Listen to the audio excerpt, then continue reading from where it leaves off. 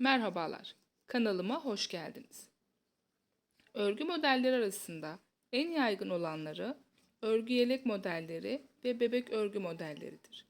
Bunların yanı sıra şal modelleri ve hırka modelleri de sıklıkla tercih edilmekte. Örgü şişi kullanarak hazırlayabileceğiniz örgü modellerini siz de rahatlıkla uygulayabilirsiniz. Tek yapmanız gereken şiş ve şişinize uygun örgü ipi edinerek örmeye başlamak. Örgü örmeye karar verdiğiniz etek, kazak veya bere yapımında kullanabileceğiniz gibi ev dekorasyonunuzu değiştirecek renkli yastık kılıfları da tercih edebilirsiniz. İyi seyirler.